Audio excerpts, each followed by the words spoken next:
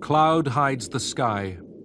A nuclear shadow falls across the human future.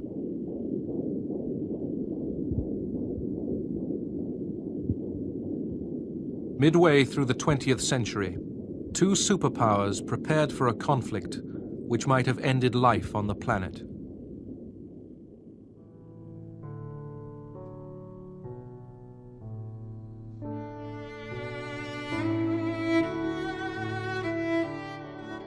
Spring flowers, the warm light of day, the pleasures of life. But under this American hotel was a hidden gate. It led into an underworld.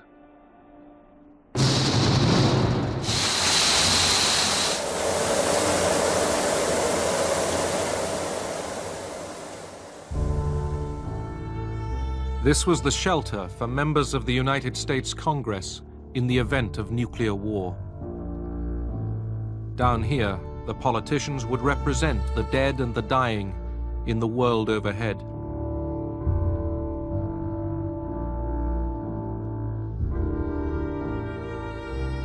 For a handful of human beings, there was all they needed to wait out the nuclear winter.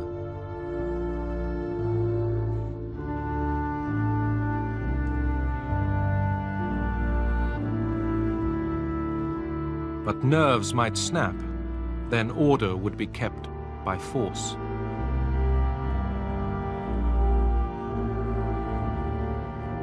The lost world above the shelter would become only a memory, a myth. The living would come to envy the dead.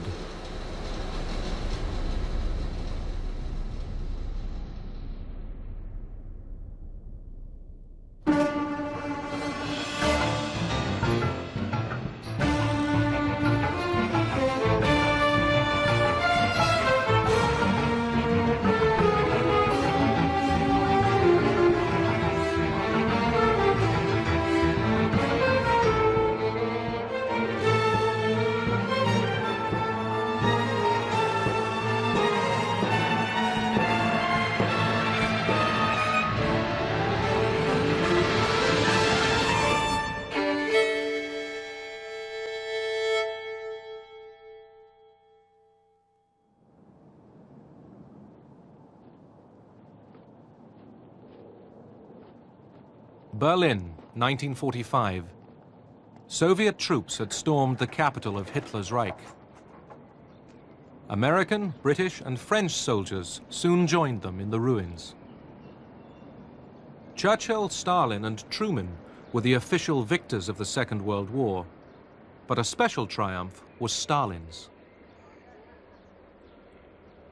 Russian power had pushed forward into the center of Europe.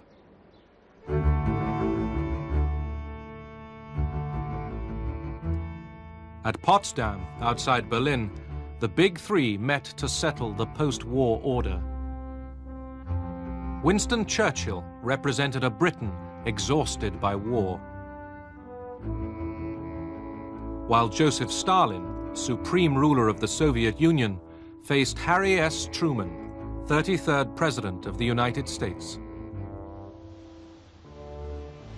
It was 3 months after the death of President Franklin Roosevelt that Harry Truman, once a Missouri haberdasher, set off for Potsdam.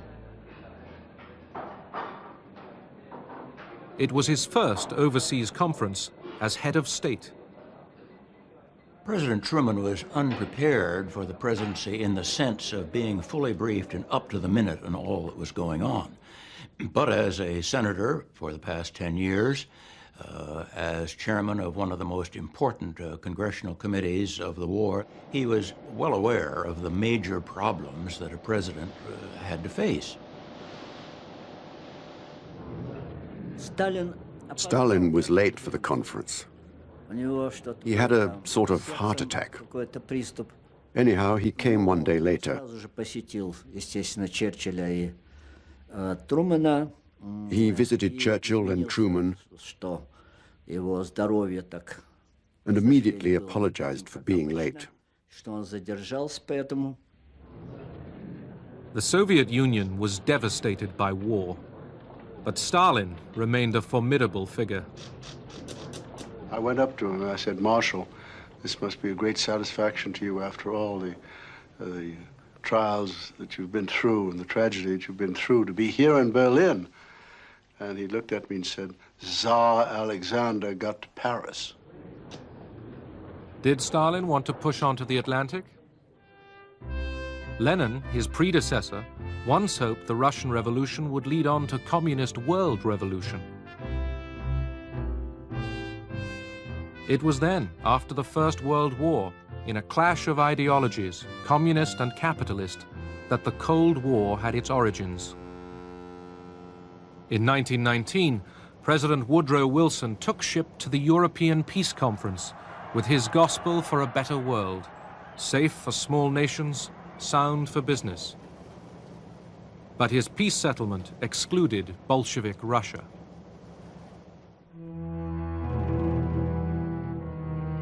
Many nations, including the United States and Britain, sent troops to fight the Russian Revolution.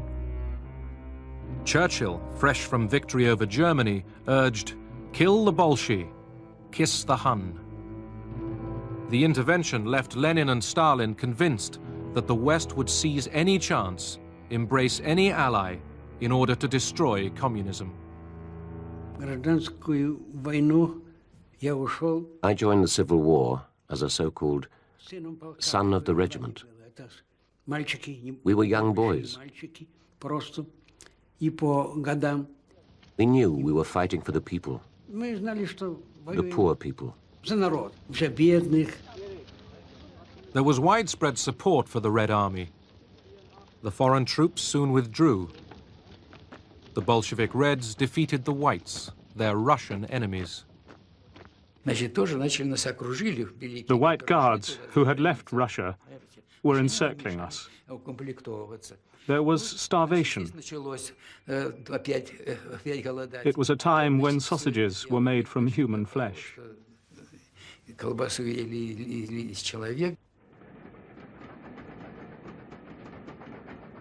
In Russia, famine followed civil war.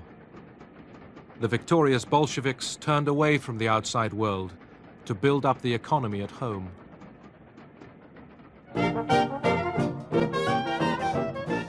America also turned inwards. People wanted the good life and no more foreign entanglements.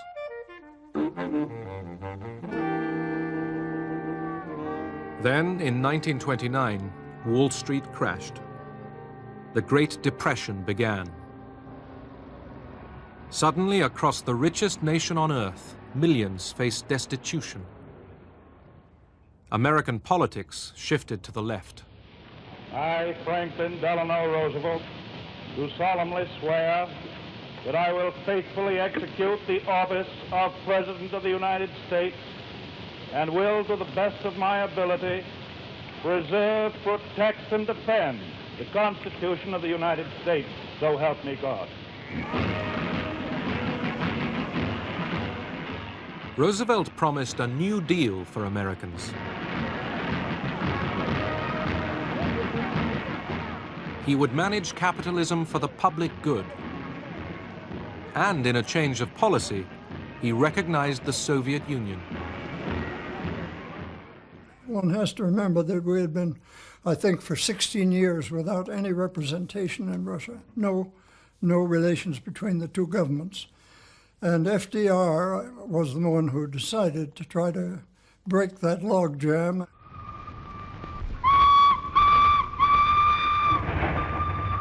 Stalin's industrial drive soon attracted American experts. Some brought their families.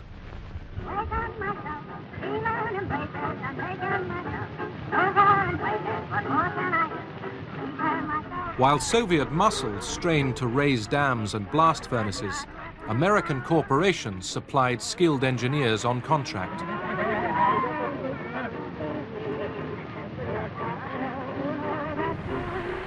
Communist ideology didn't worry them. Unlike the Russians, they were free to go when the job was over.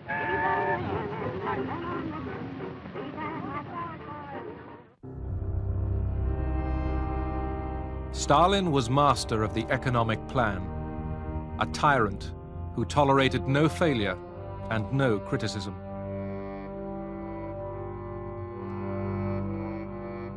Privately owned fields became collectivized prairies. The cost of collectivization was the murder of millions of peasants and renewed famine. The truth was kept secret. People didn't really know all about the bad things. All the achievements were put down to his initiatives. Those who knew otherwise would shut up. They knew if they said anything, they would be imprisoned and shot. It was a regime of terror.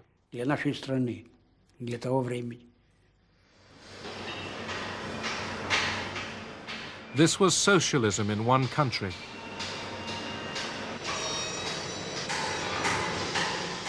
Heavy industry's output doubled in 10 years. Stalin felt that in order to get public support for the things he was doing, which were very harsh policies, he had to convince a great many of the people, the common people and the party members, that Russia was confronted with a conspiracy on the part of the major capitalist powers to undermine the Soviet government by espionage. Lenin's old comrades confessed to imaginary crimes. Игра разоблачена. Маска предательства с их облика, с их лиц сорвана. И сорвана раз и навсегда. Пусть прогремит ваш приговор, как освежающая и всеочищающая гроза. I could see them there with their pale faces, their twitching lips, their evasive eyes. These were the faces of men who had been, if not tortured, then terrified in many ways, and often by threats to take it out on their families if they didn't confess. The Moscow trials tore away some foreign illusions. Stalin's Soviet Union was revealed as a police state, not a workers' paradise. But even in America, thousands stayed loyal to the communist dream. In the 1930s, Moscow called for a popular front of the left against Hitler and fascism. Within the shadow of the giant skyscrapers, the red cohorts of communism gather at historic Madison Square. Fighting the spread of fascism became the great cause for socialist and communist alike. Doubts about Stalin were repressed. In Spain, volunteers from all over the world rallied to oppose the fascist rebellion launched by Franco. Franco was armed by Mussolini and Hitler.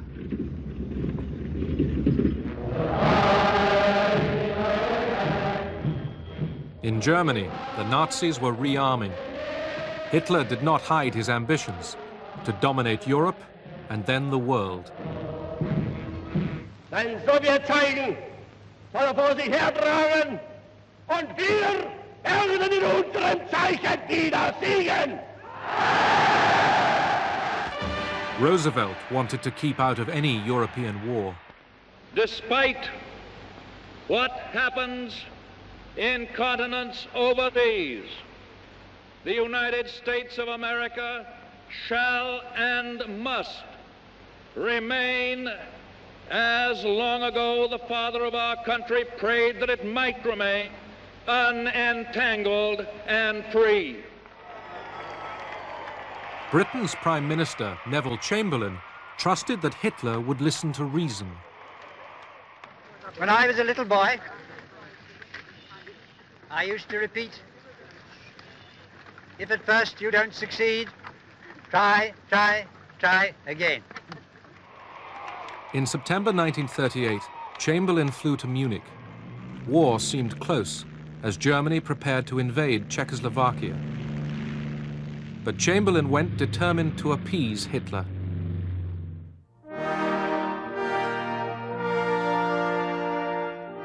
At Munich, Britain, France, and Italy licensed Hitler to seize the Czech Sudetenland with its German minority.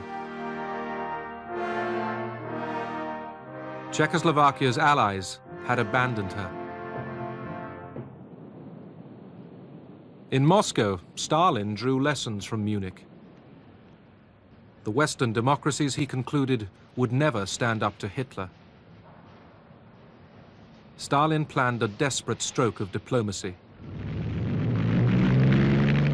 The fascist and communist arch-enemies were about to embrace.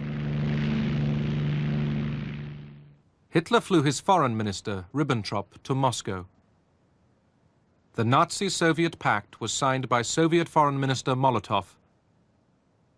The West was appalled.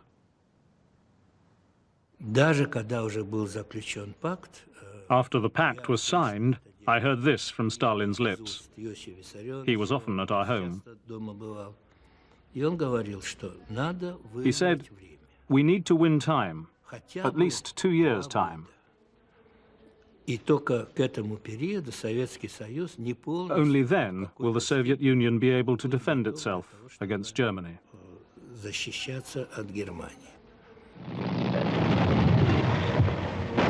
September 1939, Hitler invaded Poland. Britain and France declared war on the aggressor. Too late to save Poland. Defeated, Poland was wiped off the map. Germany and Russia had conspired against her. In eastern Poland, the communist occupiers were supervised by Nikita Khrushchev. They were taking over provinces once ruled by the Tsars. The Nazi-Soviet pact left Stalin free to grab Lithuania, Latvia, and Estonia. The Baltic states were back under Russian domination. Stalin had already outraged the world by invading Finland.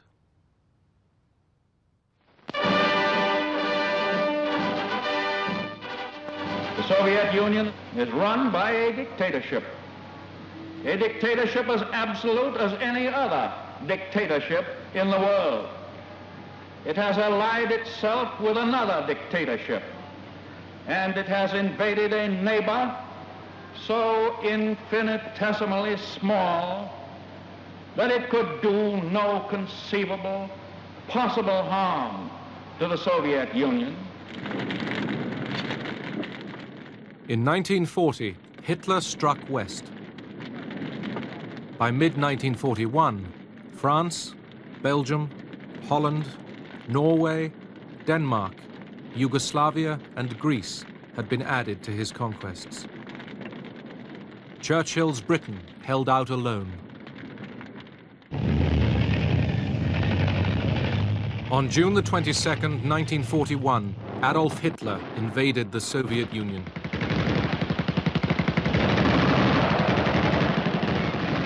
It was a day that changed history. Hitler meant to win a vast colony for Germany. Instead, his act would bring Russian power into the heart of Europe only 4 years later. The future outlines of the Cold War began to form as the Nazi tanks surged forward. The Red Army fell back in retreat. My mother said, "Go with the soldiers." The soldiers were retreating, injured, covered in blood. I only had my overcoat and my shoes, that's all.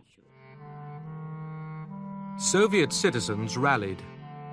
Abroad, the Soviet Union won unexpected friends. Churchill, in spite of his past anti-Soviet feelings, at once welcomed Stalin's Russia as an ally. He did say to his friends, of course, that he'd have welcomed the devil if the devil had turned up in order to help him defeat Hitler.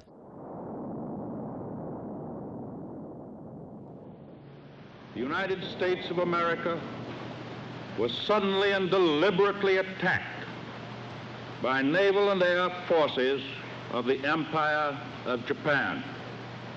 No matter how long it may take us to overcome this premeditated invasion, the American people in their righteous might will win through to absolute victory. America declared war on Japan. Days later, with the Wehrmacht at the gates of Moscow, Hitler rashly declared war on the United States, making Russians and Americans allies. The German thrust at Moscow was blocked. Stalin broadcast to the nation. И эти люди, лишенные совести и чести, люди с моралью животных, имеют наглость призывать к уничтожению великой русской нации. Немецкие захватчики хотят иметь истребительную войну с народом СССР. Что же, если немцы хотят иметь истребительную войну, они ее получат. Stalin already looked beyond victory. He told the British that post-war Soviet boundaries must include the Baltic states and part of Poland. When I went to Moscow with Anthony Eden in December 1941, when the Germans were still only 19 kilometers away from us as we talked, the very first thing that Stalin said at that meeting was, Mr. Eden, I want to have your assurance that at the end of the war you will support my just claim to all these areas, you see. And Eden was happy to take it back. He said, but oughtn't we to be thinking about how we win the war? No, no, said Stalin, I would like to have this clear at the very beginning. So Eden obviously had to say, well, he had no authority to discuss how the war was to end. American aid to Russia concentrated on guns and trucks. But Stalin and his people cried out for more, a second front, an Allied landing in Western Europe to relieve Soviet suffering.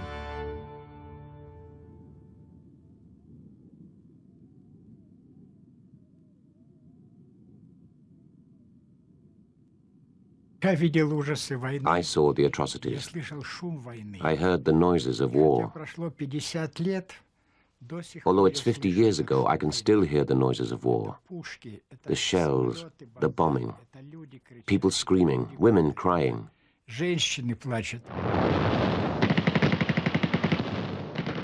For 6 months, battle raged at Stalingrad. Hitler sent 500,000 men. The Germans were trapped and forced to surrender. The tide of war was turning.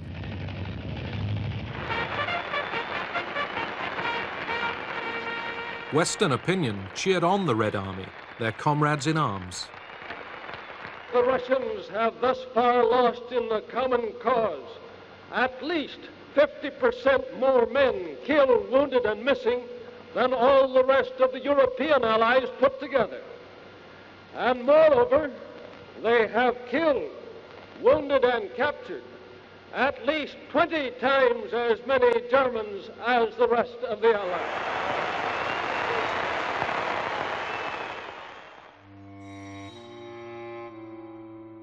The Nazis sought ways to split the alliance against them. At Katyn in Western Russia, they dug up the corpses of more than 4,000 Polish officers.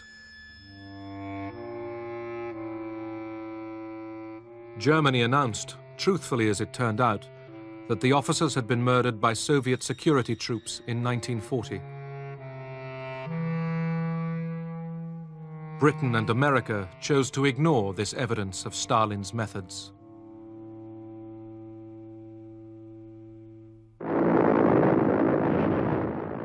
In 1943, with their alliance still intact, the Big Three prepared to meet at Tehran in Persia. I was summoned to Tehran to help them prepare for the conference. Mr. Roosevelt is supposed to arrive. We had the code names for it. And so I called the airfield, and sure enough, I spoke to Admiral Leahy. I said, "Are you coming?" And he said, "No, we're not coming. We're going to American mission." And when I said that to Molotov, I thought he'd just fry me alive. Say, what? And he'd get all the four-letter words I never heard in my life were spilled over me. He'd say, who the hell are you here anyway? How'd you get in here? What do you know? What am I going to say to Stalin? Stalin persuaded Roosevelt that his safety was best assured by residence at the Soviet embassy. The embassy had been specially prepared for his visit. It was bugged. Иосиф Виссарионович мне сказал, что задачи, которые он ставит. Stalin told me that the task he was putting to our group, and particularly to me, was ethically very unattractive. However, the position of the USSR was so serious that he had to know what our allies were thinking. Stalin was very skillful in dealing with Roosevelt and Churchill. Even Churchill began to quite like him, you know, and talk about Uncle Joe, which was a quite affectionate term. And they both had this idea that if you treated him the right way, the phrase was, if you treat Uncle Joe like a member of our club, perhaps one day he will behave like a member of our club. Ежедневно утром. Every day, at 8 in the morning, I had to go to Stalin. I went with all the transcripts, in Russian and in English. For about an hour, Stalin examined, in great detail, all of Roosevelt's conversations. Выяснял все детали разговоров, которые вел Рузвельт. I don't think FDR was capable of conceiving of a man of such profound iniquity, coupled with enormous strategic cleverness, as Stalin. He had never met such a creature. And Stalin was an excellent actor, quiet, affable, reasonable. He sent them all away thinking this really is a great leader. The Allies agreed that post-war Eastern Europe would be a Soviet zone of influence. Stalin would annex Eastern Poland. As compensation, the Poles would get a slice of Eastern Germany. Poland was offered no choice. Together, the Big Three mapped out the future.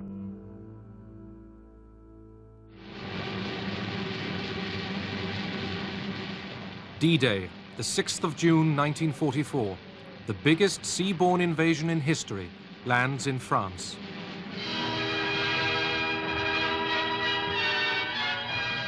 This was the second front Stalin longed for.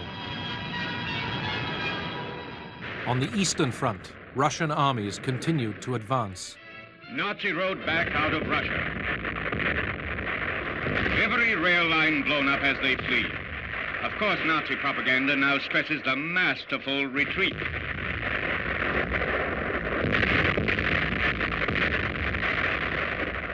The Soviet flag unfurled in triumph over Sani, Tarnopol, Odessa, as the Russian tide of victory rolls westward toward Germany.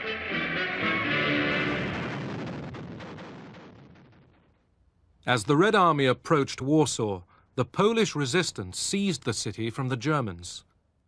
The Poles hoped to liberate themselves and confront Stalin with an independent Poland. The Polish Home Army rose to take over Warsaw when the Germans left and before the Russians arrived. And the Russians had encouraged them to do this. And then the Russian army stopped on the Vistula. Stalin claimed that his armies needed to pause outside Warsaw and regroup. The Germans counterattacked. Polish freedom fighters were abandoned by the Russians, who were sitting with their forces across the river and could easily have gone in to help them. I thought for various reasons that that was the point at which American policy should have changed. The Poles held out alone against the Germans for 63 days. When the Rising collapsed in slaughter and Warsaw was destroyed, Poland blamed the Soviet Union.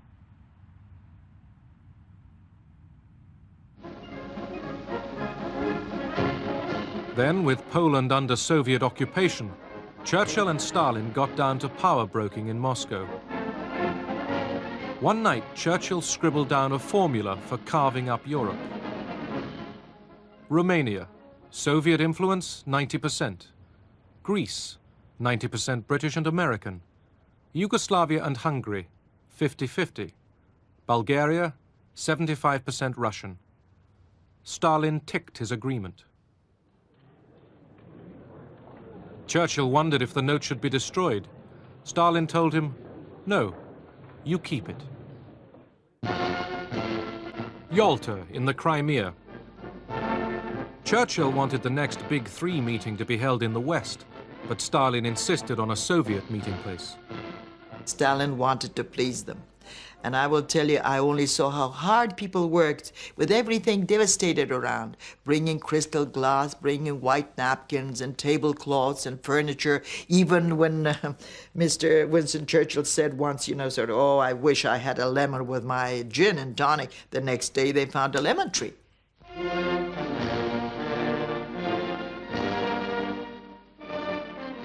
The journey was torment for the sick Roosevelt. His polio and the strains of war leadership dragged him down.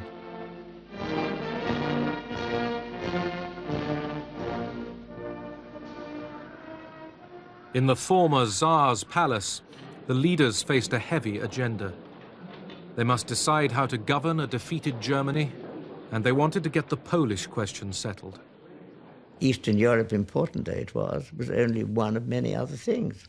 First of all, winning the war and then occupying Germany. Secondly, seeing to the war against Japan. Thirdly, the post-war arrangements. Stalin knew that the war was won. After all, the Russians were only 40 miles from Berlin at that time. They were on the point of capturing Budapest. They'd swept through parts of Eastern Europe, not the whole lot yet. He was a very shrewd negotiator. He doesn't look you in the eye. He just sort of smoking. He was a chain smoker. And he was just sort of smoking, and you think that probably he's not listening, you know. Then all of a sudden, he would raise his fingers. The terrible mistake that Roosevelt made was that he was trying to ingratiate himself into Stalin's favor by stressing the divisions between Churchill and himself. So he made it quite clear to Stalin that there were real divisions as well as imaginary ones. For us, of course, the major topic was the future of Eastern Europe and above all Poland.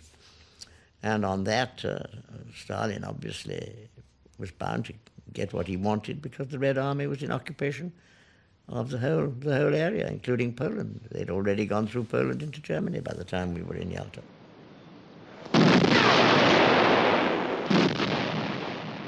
By now, the Balkans and most of Poland were in Soviet hands. So too was much of Czechoslovakia and Hungary. Battlefield facts that diplomacy could not alter. We got at Yalta 2 diplomatic documents, which on paper were perfectly satisfactory. I mean, that there would be a coalition government in Poland, including people from the West, and there would be free elections in Poland. And then there was a declaration covering the whole of Eastern Europe called the Declaration on Liberated Europe, which again was to be rebuilt on the basis of democracy and free elections and all the rest of it. Of course, phrases which the Russian used but interpreted rather differently.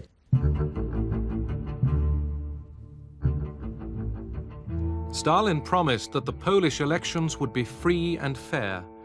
Tired of arguing, the others took him at his word. Germany would be governed jointly by the victorious Allies, and Stalin secretly pledged to join the war against Japan. Churchill was confident.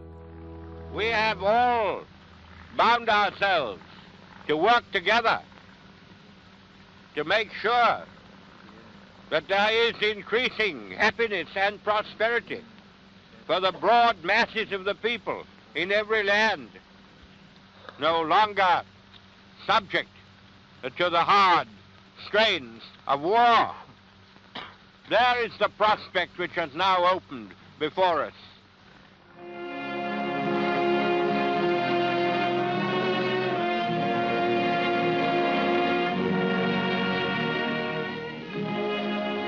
funeral special heads for Washington.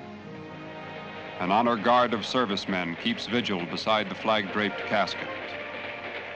At villages, crossroads, way stations, the people who were so close to his heart stand silently, expressive of the devotion Franklin Roosevelt inspired.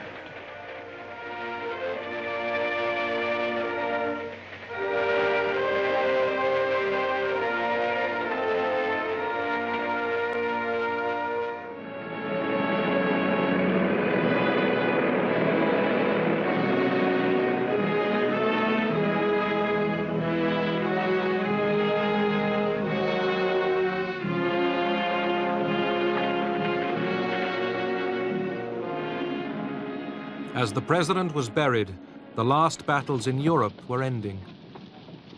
American troops were taking over German towns without resistance.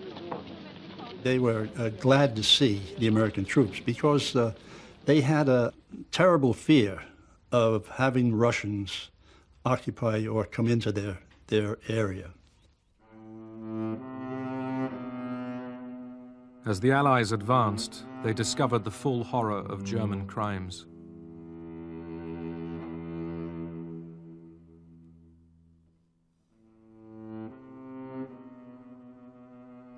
The Jews had been the Nazis' special target, but every nation was mourning over mass graves. Fear of a German revival would overshadow the first years of peace. Soon, Soviet and American troops would meet in Germany. Our lieutenant came in one day and said he wants to get the patrol together. We're going to go and see if we can find some Russians. Well, none of us were too eager to go on that patrol, really, because we realized the end of the war was imminent, and we didn't know what was out there. And, you know, we had gotten this far. Why stick our necks out again? We kept going, and we kept running into no resistance, and everybody was retiring and surrendering. And we just, I guess, were lucky we got to the Elbe River, and we saw the Russians on the other side. I told my girlfriend, you stand there, and I'll stay here. We waited for them to come ashore. We could see their faces. They looked like ordinary people. We had imagined something different. Well, they were Americans. I guess we didn't know what to expect from the Russians, but when you looked at them and examined them, you couldn't tell whether, you know, if you put an American uniform on them, they could have been American. Когда встретились, как мы целовались с ними. Не знали, кого целуем. We didn't know who we were kissing. We were just kissing everyone.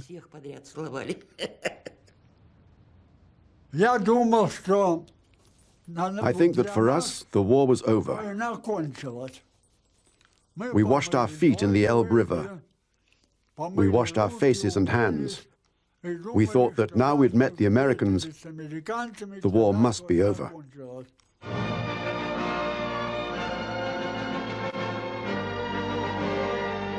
Two days later, the movie cameras were ready.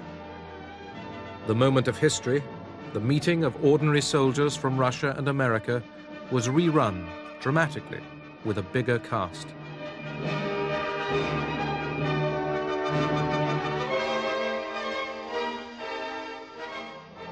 By Allied agreement, the capture of Berlin was left to the Russians.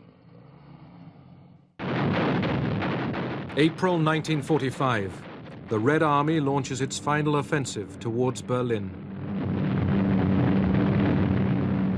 The war cost the Soviet Union 27 million lives, nearly 40 times American and British losses put together.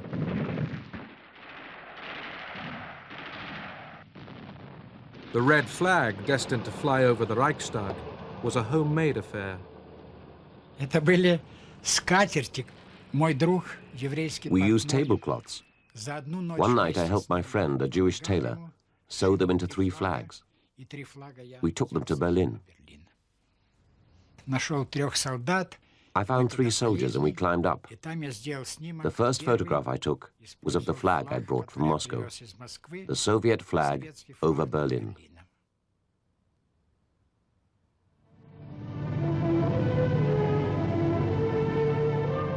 As Hitler's Reich fell apart, hundreds gathered in San Francisco to found the United Nations organization.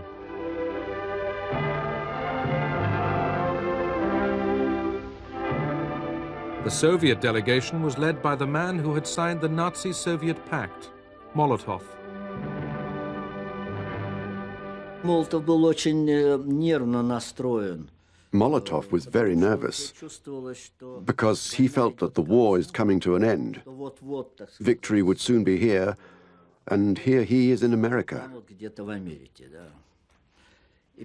That's why every day he sent cables to Stalin. When may I return? As the San Francisco meeting continued, news came of Germany's surrender. General Eisenhower informs me that the forces of Germany have surrendered to the United Nations. The flags of freedom fly all over Europe. As the fighting stopped, the Soviet front line had cut Europe in two, from the Baltic to the Adriatic. The war in the Pacific dragged on. American Marines had stormed Iwo Jima. It was a foretaste of how difficult and bloody the final invasion of Japan might be.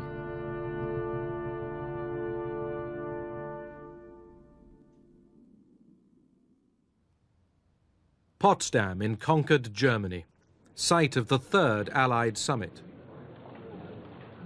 The attitude in Washington toward the Soviet Union had begun to change well before Potsdam. Storm signals were already flying. Truman declared officially and quite sharply that the declaration on Europe adopted at Yalta is not being carried out in some countries. Которое было принято всеми в Крыму на конференции. Что в частности в некоторых странах Governments are being set up which the United States will not recognize. Которые Америка не может признать.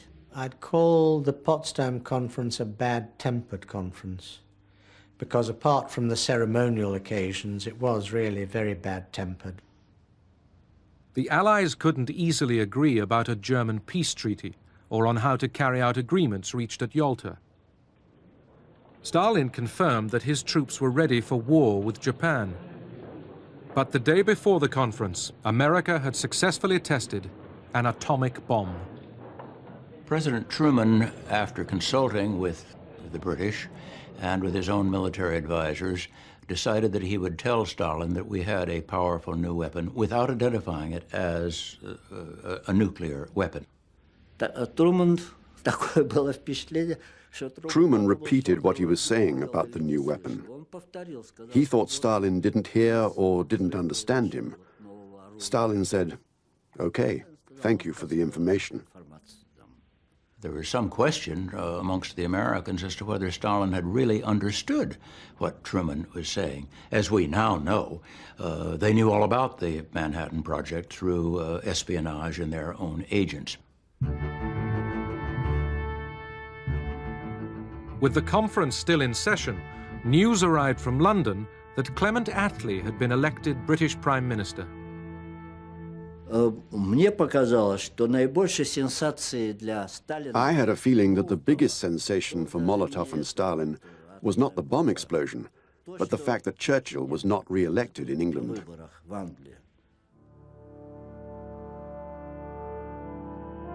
Another photo call. The world must see that the Allies were still united. On August the 2nd, the conference ended and the statesmen went home. 4 days later, America dropped an atomic bomb on the city and people of Hiroshima.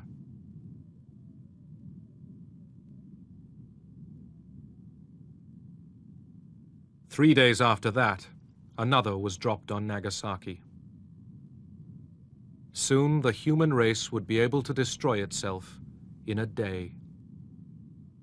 At each Cold War crisis to come, the nuclear shadow threatened.